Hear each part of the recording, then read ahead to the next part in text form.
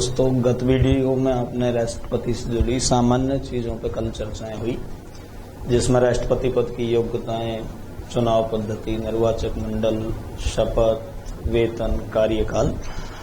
इस वीडियो में आप राष्ट्रपति की शक्तियां पढ़ेंगे। समझने की चीज़ें हैं, समझने की आप कोशिश करेंगे। देखिए, राष्ट्रपति की विभिन्न शक्तियां हैं। पहली शक्ति की बात करें तो राष्ट्रपति को शक्ति है विधायी शक्ति। विधायी शब्द की उत्पत्ति हुई है विधि। विधि का मतलब है कानून बनाने से संबंधित राष्ट्रपति की शक्ति। समझे आप, भारत में कानून बनाने का जो काम है संसद के द्वारा किया जाता है। संसद तीन चीजों से मिलकर बनी होती है: लोकसभा, राज्यसभा और राष्ट्रपति। अब अपन ये माने कि भारत का कानून कौन बनाता है, तो संसद बनाती है, या ये मान ले कि लोकसभा, राज्यसभा, राष्ट्रपति मिलकर के बनाते हैं, या ये मान ले कि व्यवस्थापिका और कार्यपालिका मिलकर के भारत में कानून निर्माण का काम करते हैं। भारत के कानून कौन बनाता है, तो इसके अपन तीन उत्तर देख सकते हैं।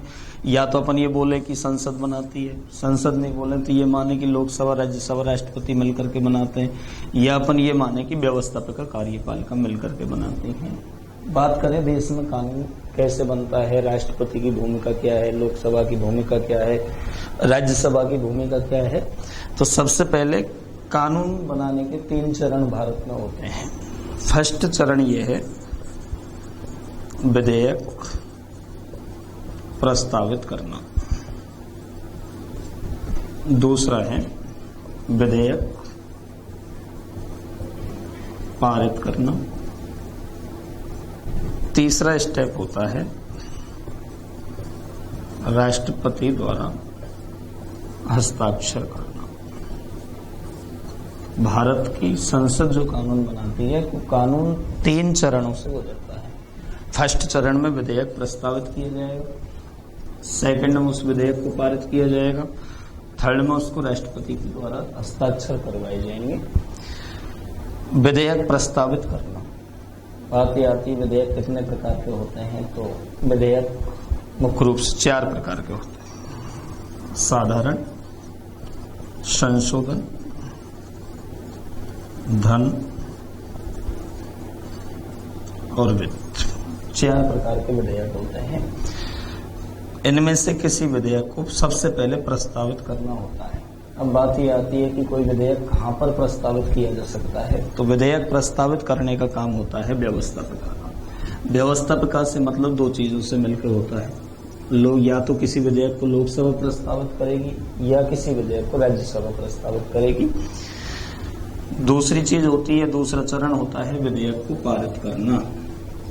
बात ये आती है कि पारित कहाँ पे किया जाएगा, तो पारित करने का काम भी व्यवस्थापिका का होता है, मतलब लोकसभा और राज्यसभा का होता है। तो कानून बनाने के तीन चरणों में से दो चरण, विधेयक प्रस्तावित करना और विधेयक पारित करना, ये व्यवस्थापिका के हिस्से में आते हैं। बात करें विधेयक पारित कहाँ पे होगा, तो ये व्यवस्थापिका में होगा। दोनों कार्य व्यवस्थापिका को दिए गए हैं, प्रस्तावित करने का कार्य और पारित करने का कार्य। लेकिन पारित करने में शर्त ये है कि संसद के सत्रों का चलना अनिवार्य है। किसी विधेयक को सत्र में पारित करवाया जाता है। बात ये आती है पार्लियामेंट के सत्र कितने होते हैं, तो सत्रों की संख्या 3 होती है। एक सत्र है बजट, एक है मानसून और एक है शीतकालीन सत्र। बजट सत्र के लिए जनवरी, फरवरी, मार्च में आयोजित होता है। जुलाई से सितंबर तक आयोजित कर लिया जाता है।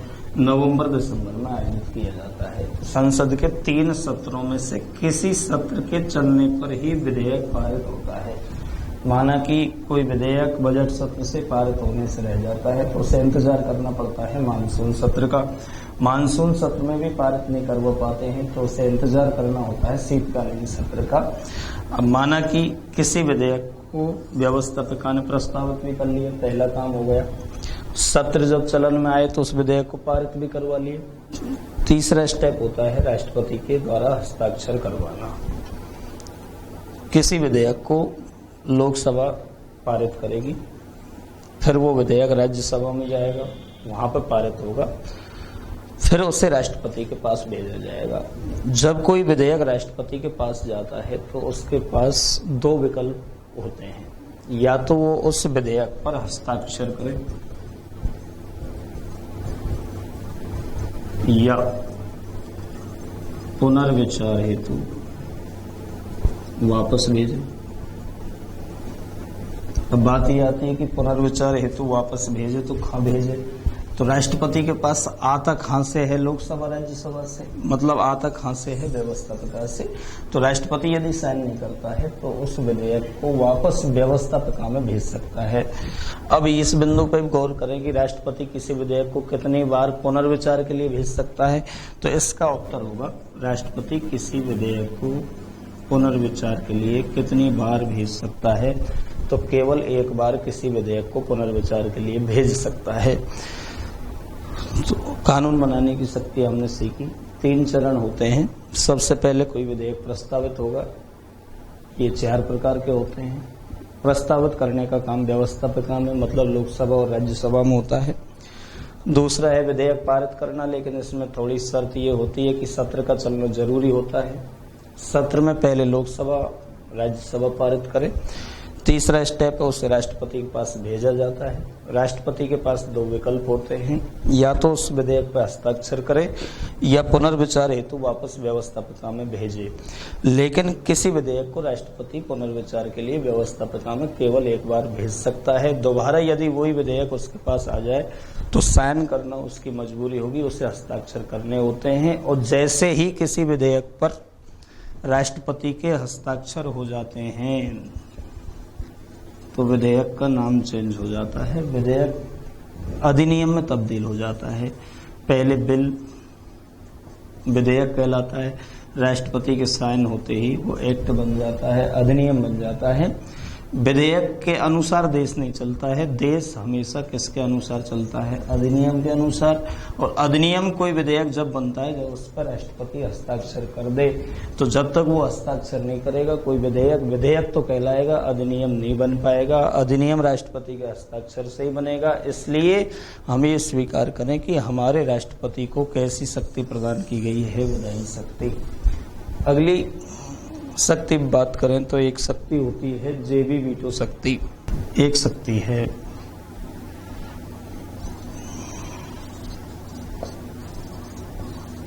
जेबी वीटो या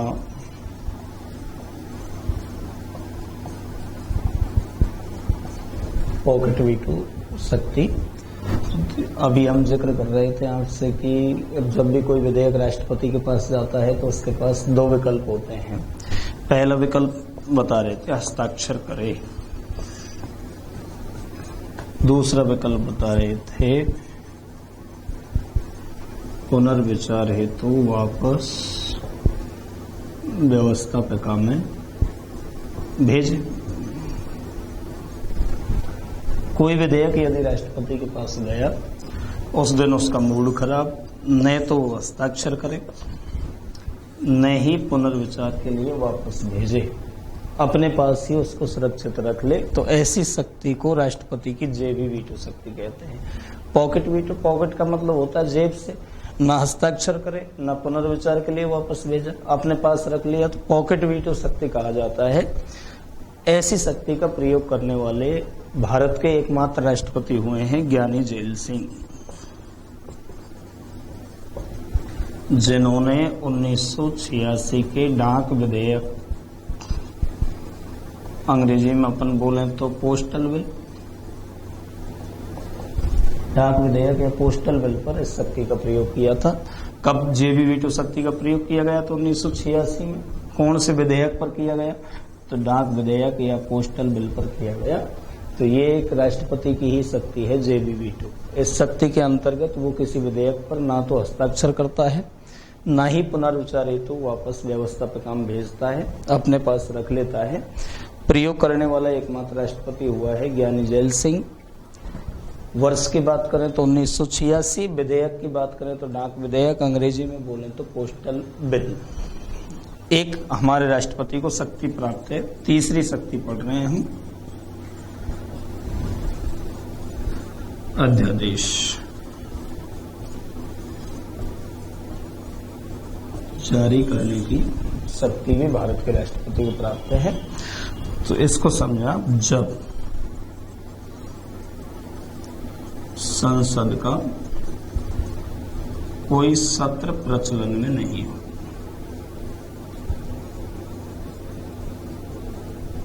तो विधायी शक्ति में हम जिक्र कर रहे थे।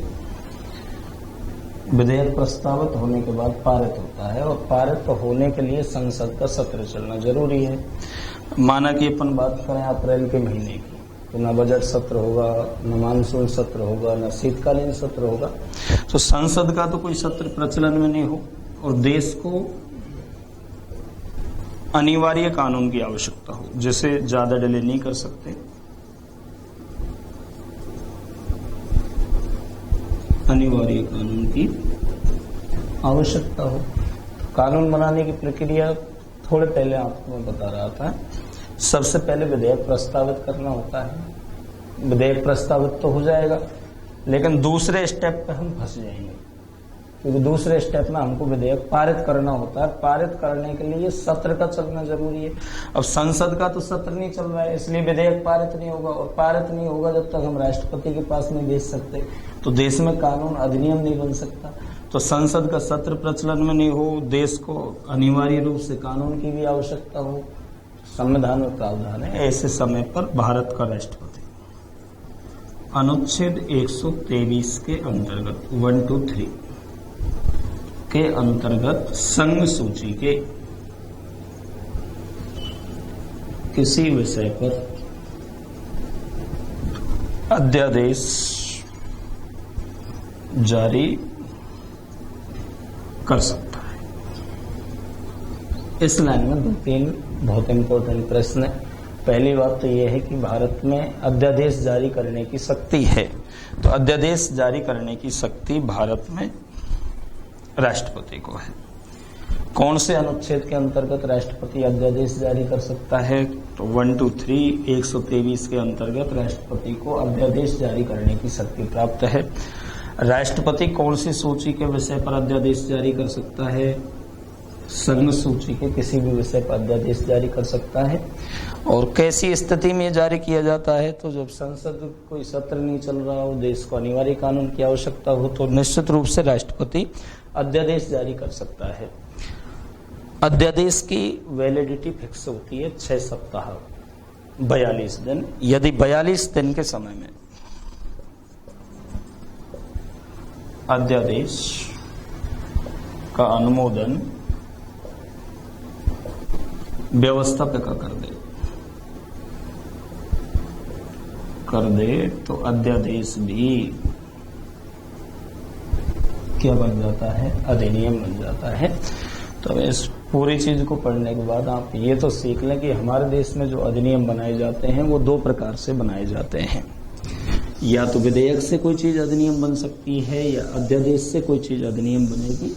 अब विधेयक से तो सीधा चलेगा। विधेयक का सिस्टम ऐसे है कि पहले लोकसभा विधेयक को पारित करेगी, फिर राज्यसभा उस विधेयक को पारित करेगी, फिर राष्ट्रपति उस पर साइन करेगा। तो इसके साइन होते ही विधेयक चेंज हो जाएगा, विधेयक बन जाएगा अधिनियम। अध्यादेश से यदि अधिनियम बनाएंगे तो उल्टा चलेगा। अध्यादेश पर सबसे पहले सिग्नेचर राष्ट्रपति के होंगे, फिर उसका यहाँ पे अनुमोदन हो जाए, फिर उसका लोकसभा में भी अनुमोदन हो जाए, तो अध्यादेश का भी नाम चेंज हो जाएगा। अध्यादेश का भी नाम बदल करके क्या हो जाता है? अधिनियम। तो देश में हमारे में अधिनियम 2 प्रकार से बनते हैं, विधेयक के द्वारा और एक अध्यादेश के द्वारा। तो ये आप राष्ट्रपति की 3 शक्तियां पढ़ी हैं। विधायी शक्ति, जिसमें उसको कानून बनाने का पावर है। भारत में कोई भी विधेयक अधिनियम का रूप राष्ट्रपति के हस्ताक्षर से ही ले सकता है। एक आपने जेबी तो शक्ति पढ़ी, जिसमें राष्ट्रपति ना तो किसी विधेयक पर हस्ताक्षर करता है, ना पुनर्विचार के लिए वापस लौटाता है, अपने पास रख लेता है। कि जैसे ज्ञानी जैल सिंह ने 1986 में डाक विधेयक को रख लिया था। आपने एक शक्ति पढ़ी, अध्यादेश जारी करने की शक्ति, अनुच्छेद 123 में है। राष्ट्रपति को अध्यादेश का पावर है, संघ सूची के विषय पे ही अध्यादेश जारी कर सकता है। वैलिडिटी इसकी 6 सप्ताह 42 दिन होती है। अगली, राष्ट्रपति को एक शक्ति प्राप्त है नियुक्ति संबंधी।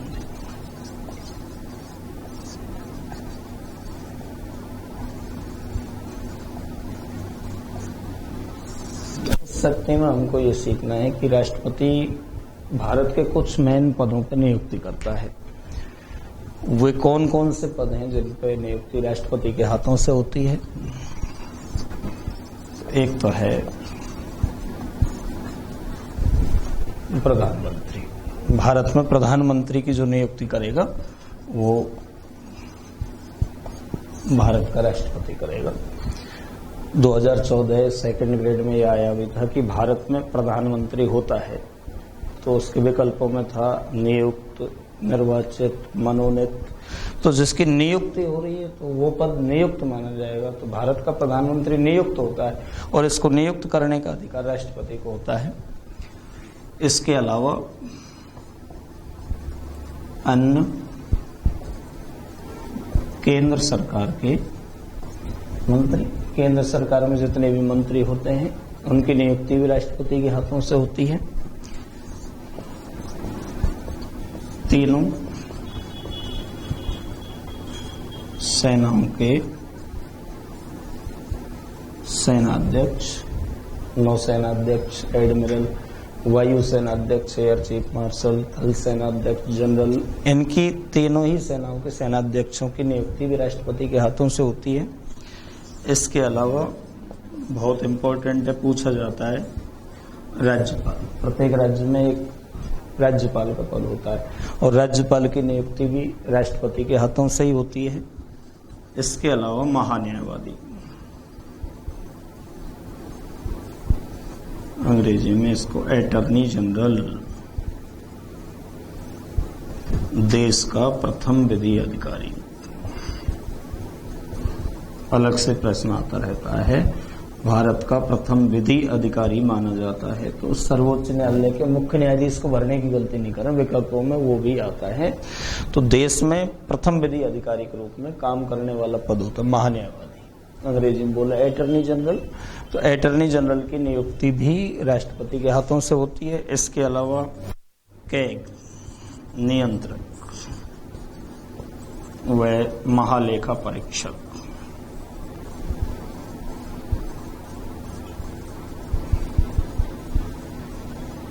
कंट्रोलर एंड ऑडिटर जनरल, नियंत्रक, महालेखा परीक्षक, कैग की नियुक्ति भी राष्ट्रपति के हाथों से होती है। केंद्रीय मुख्य निर्वाचन आयुक्त की नियुक्ति भी राष्ट्रपति के हाथों से होती है। इसके अलावा सर्वोच्च और उच्च न्यायालय के न्यायाधीश। अच्छी तरह से सीखने की कोशिश करें उच्च न्यायालय के न्यायाधीशों की,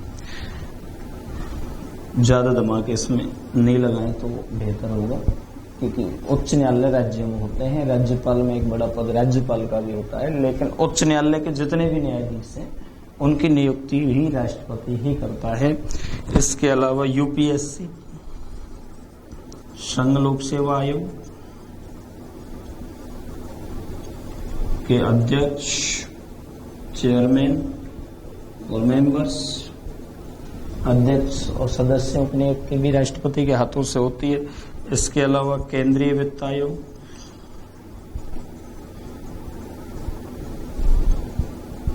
अनुच्छेद 280, केंद्रीय वित्त आयोग की जो नियुक्ति होती है राष्ट्रपति के हाथों से होती है। तो ये कुछ मेन पद हैं जिनकी नियुक्ति राष्ट्रपति के हाथों से होती है। इस चैप्टर में से, टॉपिक में से प्रश्न में किसी इनमें से एक पद को दिया जाएगा, हमको उत्तर में राष्ट्रपति लाना होगा। अब इनमें से एक पद से प्रश्न बन जाता है, जैसे राज्यों के राज्यपालों की नियुक्ति करता है, उत्तर में हमको राष्ट्रपति लाना पड़ेगा। भारत के प्रधानमंत्री की नियुक्ति की जाती है, उत्तर में हमको राष्ट्रपति लाना पड़ेगा। केंद्रीय वित्त आयोग की नियुक्ति करता है, उत्तर में हमको राष्ट्रपति लाना पड़ेगा। तो ये पद मोस्टली अपन को ध्यान रखने हैं। नियुक्ति के अलावा महान्यायवादी वाला प्रश्न है, बहुत ज्यादा पूछा जाता है। देश का प्रथम विधि अधिकारी माना जाता है, तो देश में प्रथम विधि अधिकारी के रूप में कार्य करने वाला पद होता महान्यायवादी, अटॉर्नी जनरल भी इसको कहा जाता है। तो ये शक्ति है नियुक्ति संबंधी शक्ति। अगली एक शक्ति है राष्ट्रपति की स्वविवेक।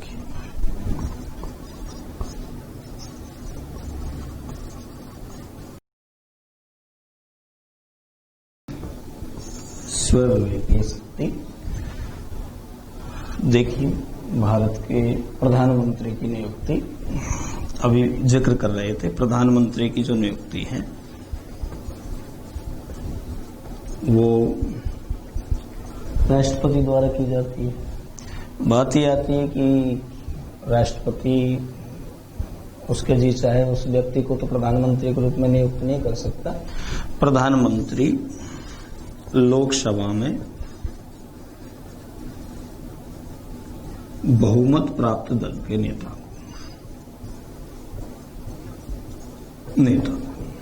ऐसा व्यक्ति लोकसभा में बहुमत प्राप्त दल का नेता हो, उस व्यक्ति को राष्ट्रपति प्रधानमंत्री के रूप में नियुक्त करता है।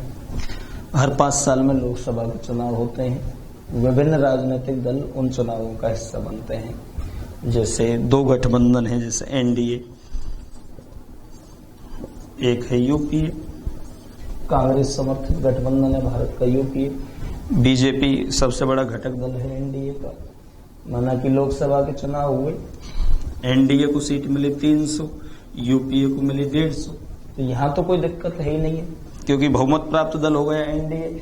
एनडीए का नेता मोदी को माने प्रधानमंत्री के रूप में वो नियुक्त हो गया।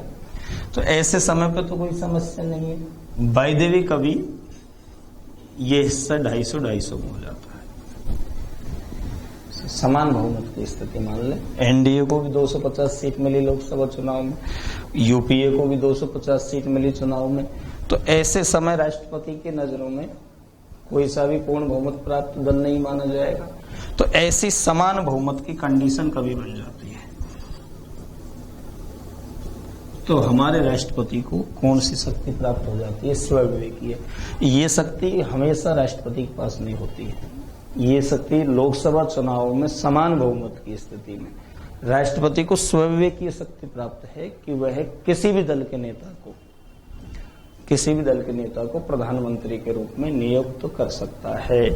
तो ये शक्ति में ध्यान रखना, ये हमेशा नहीं मिलती है। ये समान बहुमत की स्थिति में ही राष्ट्रपति को प्राप्त होती है। अब वो चाहे यूपीए के नेता को भी प्रधानमंत्री बना सकता है, वो चाहे तो एनडीए के नेता को प्रधानमंत्री के रूप में नियुक्त कर सकता है। तो ये स्वविवेक की शक्ति है जिसका प्रयोग राष्ट्रपति समान बहुमत की स्थिति में करता है। अगली एक राष्ट्रपति को शक्ति प्राप्त है न्यायिक।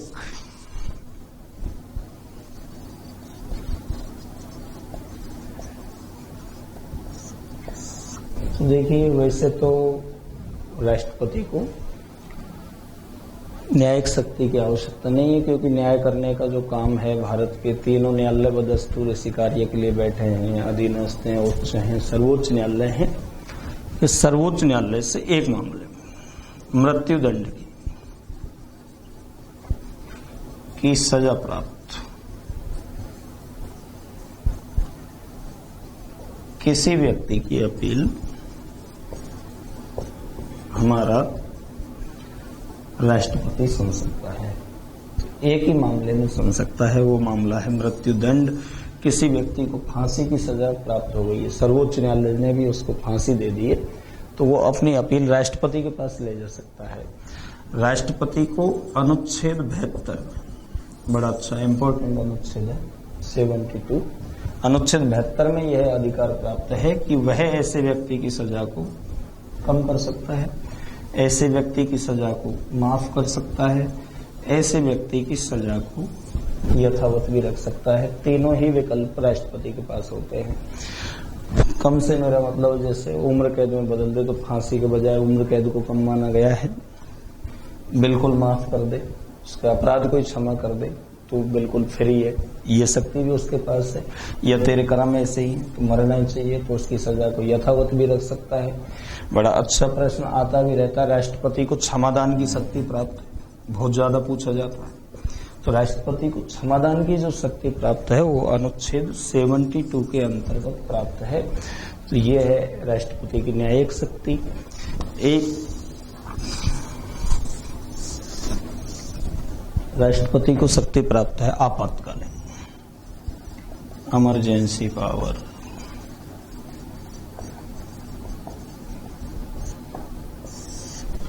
आपातकालीन शक्ति ये राष्ट्रपति को प्राप्त है 3 अनुच्छेदों के अंतर्गत, और अलग अलग स्थितियों में उसको प्राप्त होती है। 3 अनुच्छेद है, 352, 356, 360। 352 में बाह्य आक्रमण या सशस्त्र विद्रोह के समय आपात घोषणा।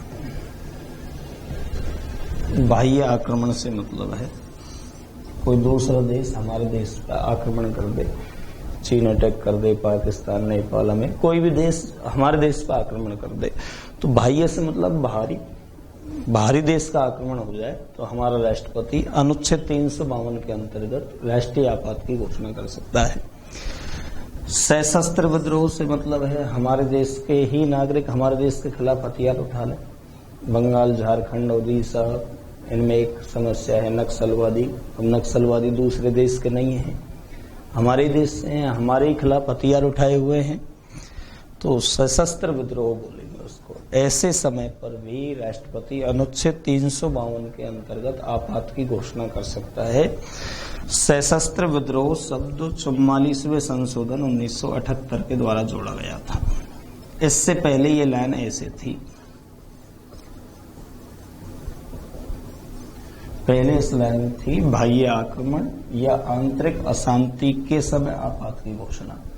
1978 में 44वें संशोधन के द्वारा आंतरिक अशांति शब्द डिलीट कर दिया गया, उसकी जगह एक शब्द जोड़ दिया गया, सशस्त्र विद्रोह शब्द जोड़ा गया। बात करें 352 का प्रयोग करेगा तो राष्ट्रपति, लेकिन किसकी सिफारिश पर करेगा? तो मंत्रिपरिषद।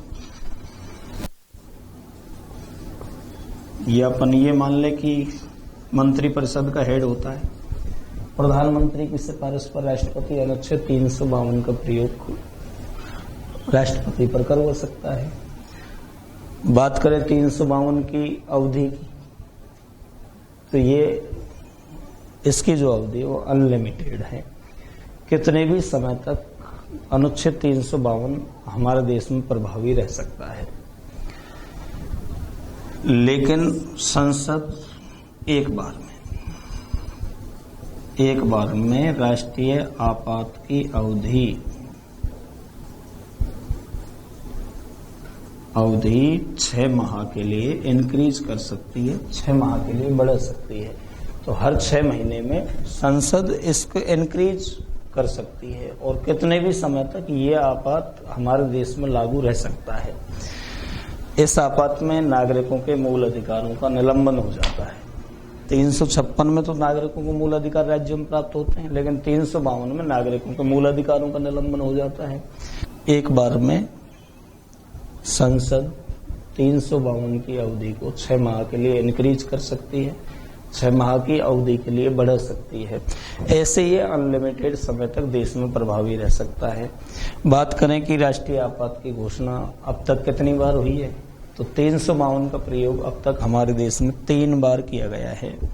1962 में पहली बार, 1971 में, 1975 में। अब स्थिति देखें, देखो 352 2 स्थितियों से लगता है, बाह्य आक्रमण, सशस्त्र विद्रोह। तो 1962 में चीन के साथ हमारी लड़ाई हुई थी, सिचुएशन थी बाह्य आक्रमण की। और 71 में पाकिस्तान से हम लड़ रहे थे, स्थिति थी बाह्य आक्रमण की। अब बात करें जब इंदिरा गांधी के समय 1975 में जब लगाया गया इंदिरा गांधी के समय, तो सशस्त्र विद्रोह तो उस टाइम पे कोई शब्द ही नहीं था, क्योंकि ये शब्द तो 1978 में 44वें संशोधन से आया है। उस टाइम पे जो लगाया गया 1975 में, वो किसके आधार पर लगाया गया? आंतरिक अशांति के आधार पर। तो 352 का प्रयोग अब तक 3 बार किया गया है, 2 बार बाह्य आक्रमण की दशा में और 1 बार आंतरिक अशांति की दशा में। आंतरिक अशांति के आधार पर राष्ट्रीय आपात की घोषणा एक ही बार की गई।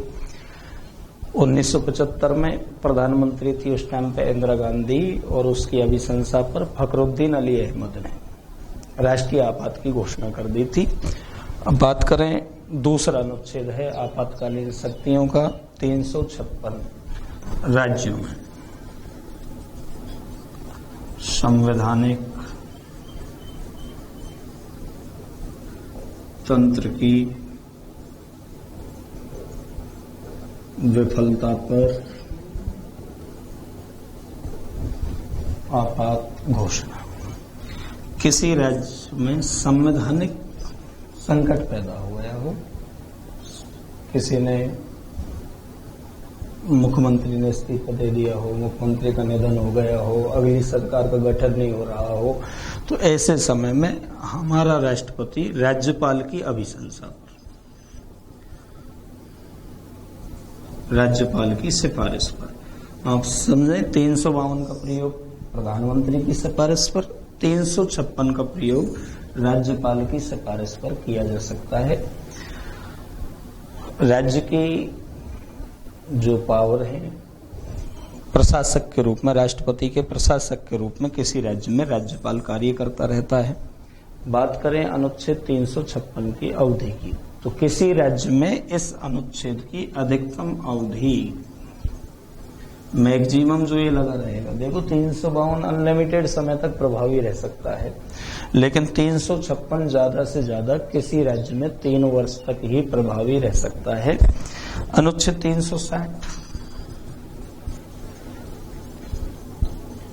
वित्तीय आपात, वित्तीय संकट के समय मंत्रिपरिषद की सिफारिश पर, प्रधानमंत्री की सिफारिश पर राष्ट्रपति अनुच्छेद 360 के अंतर्गत देश में वित्तीय आपात की घोषणा कर सकता है।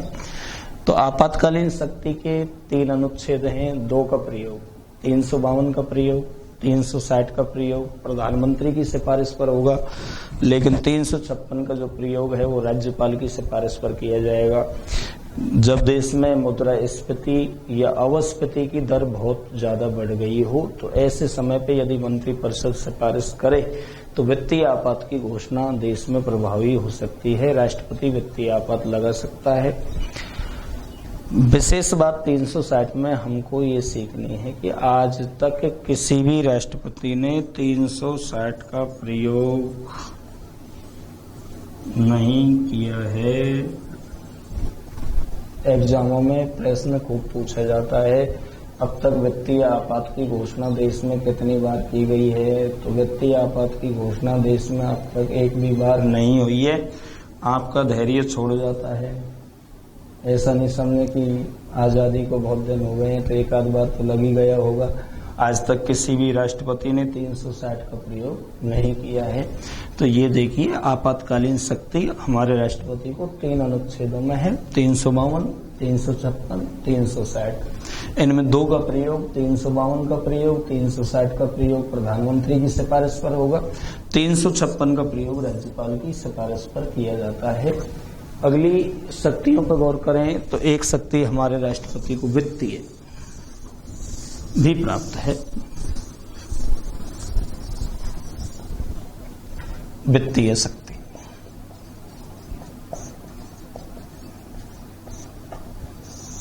वित्तीय शक्ति में से है देश का वार्षिक बजट, कोई भी धन विधेयक, कोई भी वित्त विधेयक और राष्ट्रपति की पूर्व अनुमति से ही लोकसभा में पेश किए जाते हैं। अब यहाँ पर बहुत अच्छा प्रश्न तो ये लोकसभा है। वार्षिक बजट जो रखा जाता है साल में एक बार वित्त मंत्री के द्वारा, वो केवल लोकसभा में ही पेश किया जाता है, राज्यसभा में वार्षिक बजट पेश नहीं किया जाता है।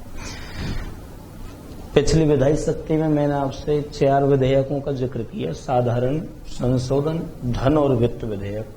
तो साधारण और संशोधन विधेयक को तो किसी भी सदन में प्रस्तावित किया जा सकता है, लेकिन इनमें भी खास शर्त, धन विधेयक प्रस्तावित होगा तो केवल लोकसभा में होगा, वित्त विधेयक प्रस्तावित होगा तो केवल लोकसभा में प्रस्तावित होगा। लेकिन इन तीनों को ही, वार्षिक बजट को, किसी भी धन विधेयक को, किसी भी वित्त विधेयक को लोकसभा में पेश करने से पहले अनुमति किसकी लेनी होगी? राष्ट्रपति की।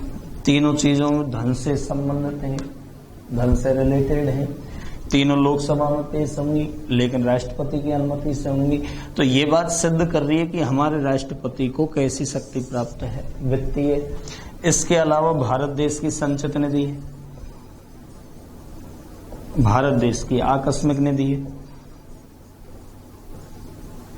इन दोनों पे भी जो नियंत्रण माना जाता है, वो नियंत्रण किसका माना जाता है? राष्ट्रपति का। तो देखो, संचित निधि उसके नियंत्रण में, आकस्मिक निधि उसके नियंत्रण में, धन विधेयक, वार्षिक बजट, वित्त विधेयक लोकसभा में प्रस्तावित हो तो राष्ट्रपति की अनुमति से। तो इन तथ्यों के आधार पर हम ये गौर कर सकते हैं कि निश्चित रूप से हमारे राष्ट्रपति को वित्तीय शक्ति भी प्राप्त है।